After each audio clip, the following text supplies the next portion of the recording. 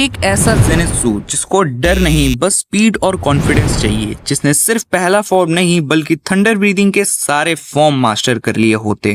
क्या वो रेनगोकू से भी ज्यादा पावरफुल बन जाता? क्या वो अपर मून्स को अकेला मार सकता था? और क्या वो बिना बेहोश हुए भी डीमंस वर्ल्ड का सबसे बड़ा नाइटमेयर बन सकता था? ज़ेनित्सु डीमन स्लेयर वर्ल्ड का सबसे एक अंडररेटेड जेम है। सबको लगता है कि वो कॉमिक रिलीफ कैरेक्टर है, हमेशा चिल्लाने वाला, डर के मारे चिपक जाने वाला। लेकिन जिन्होंने उसका फाइटिंग मोड देखा है उन्हें पता है कि उसके अंदर क्या लेवल का पोटेंशियल छुपा हुआ है। ज़ेनित्सु ने ट्रेनिंग के दौरान सिर्फ एक ही फॉर्म सीख पाई थी, first form thunder clap and flash. लेकिन उसी फॉर्म को इतनी वेरिएशन में इवॉल्व किया, 6 फोल्ड, 8 फोल्ड और फिर सबसे डेडली वर्जन गॉड स्पीड। अब इमेजिन करो उसके बाकी सारे 5 थंडर ब्रीदिंग फॉर्म को भी वो मास्टर कर लिया होता तो सबसे पहला तो वो सिर्फ वन ट्रिकी पोनी नहीं रहता। हर सिचुएशन में उसके पास अलग अलग अटैक होते, स्पीड के अलावा अनप्रेडिक्टेबिलिटी भी, और एनिमीज को पता भी नहीं चलता कि नेक्स्ट स्ट्राइक किस डायरेक्शन से आएगी। और एक और चीज, ज़ेनित्सु का सबसे बड़ा एनिमी उसका खुद एक फियर था। अगर उसने अपना फियर को कॉन्क्यूर कर लिया होता तो उसकी बैटल रिफ्लेक्सेस, अवेयरनेस और मेंटल क्लैरिटी सब नेक्स्ट लेवल पे चले जाते।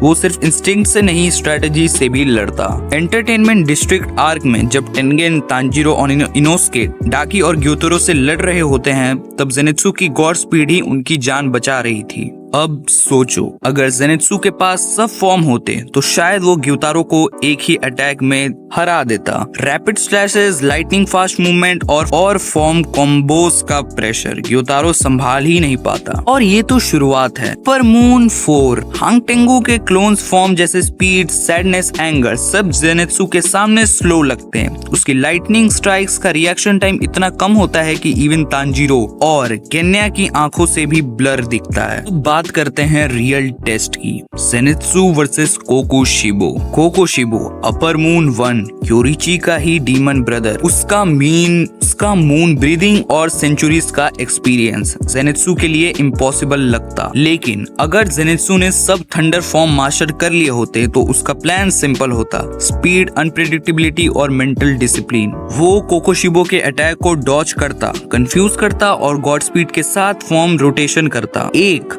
लाइटनिंग साइक्लोन की तरह। एक और फैसिनेटिंग एंगल है ज़ेनित्सु वर्सेस काइगाकू जो ज़ेनित्सु का सीनियर था और लेटर अपर मून 6 बन गया। वो भी थंडर ब्रीदिंग यूज करता था लेकिन डीमन बन गया। उसने ज़ेनित्सु के मास्टर का नाम बदनाम कर दिया था। कैनन स्टोरी में भी ज़ेनित्सु ने उसे खत्म किया। बट सोचो, अगर ज़ेनित्सु मास्टर बन चुका होता तो वो फाइट और भी ज्यादा पावरफुल और इमोशनल होती। काइगाकू के पॉइजन फील्ड थंडर स्ट्राइक का ज़ेनित्सु का एक क्लीन डिवाइन फॉर्म से जवाब देता और फाइट के एंड में ज़ेनित्सु सिर्फ जीतता ही नहीं, अपने मास्टर की इज्जत वापस ले आता। और इस विक्ट्री के बाद डीमन स्लेयर कॉर्प्स का हाशिरा सीट में एक नया नेम ऐड होता, thunder Hashira Zenitsu अगात्सुमा।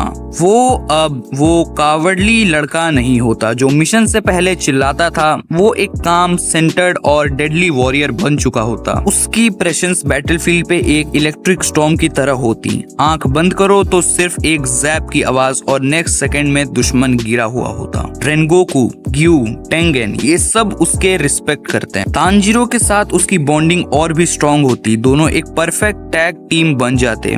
Sun breathing और थंडर ब्रीदिंग का कॉम्बिनेशन डीमन के लिए डेथ सेंटेंस। और सबसे ब्यूटीफुल पार्ट, ये ज़ेनित्सु जगता हुआ भी कॉन्फिडेंट होता। उसे सोने की जरूरत नहीं पड़ती ताकि वो रियल पावर देखे, क्योंकि अब उसने खुद पे भरोसा करना सीख लिया होता है। तो हाँ, अगर ज़ेनित्सु ने थंडर ब्रीदिंग के सारे फॉर्म मास्टर कर लिए होते तो हो सकता है डीमन स्लेयर कॉर्प्स का सबसे फास्टेस्ट, डेडलीस्ट और इमोशनल डीपेस्ट वॉरियर होता। और अगर तुम्हें ये वीडियो पसंद आई हो तो वीडियो को एक लाइक कर देना। तुम्हें ऐसे ही वीडियो अगर देखनी है तो चैनल को सब्सक्राइब कर देना। ये वीडियो तुम्हें कैसी लगी कमेंट में बताना, और तुम्हें नेक्स्ट किस टॉपिक पे चाहिए वो भी कमेंट में जरूर बताना।